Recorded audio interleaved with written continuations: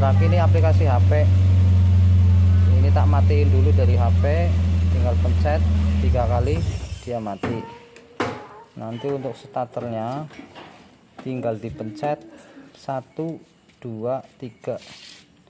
Jadi untuk berurutan harusnya ya 1 2 3. Kunci dulu, kunci. Nah ini starter 1 2 3 udah. Nah dia akan nyala. Nah ini jarak tergantung aplikasi Bluetooth. Ini pakainya iPhone jadi enak ya. Ini untuk matiin, dipencet tahan enggak apa-apa, dia akan mati. Ini buka. Ini untuk kunci. Nah, ini mikir. Ini setelan di aplikasi, ada setelan otomatis kunci, ada setelan enggak otomatis kunci. Ini buka.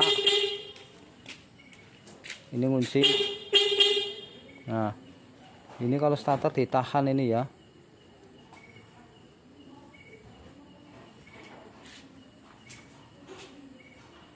Kunci ditahan.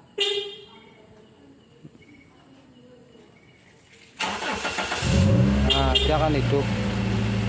Terima kasih. Matiin gampang, tinggal dipencet lama.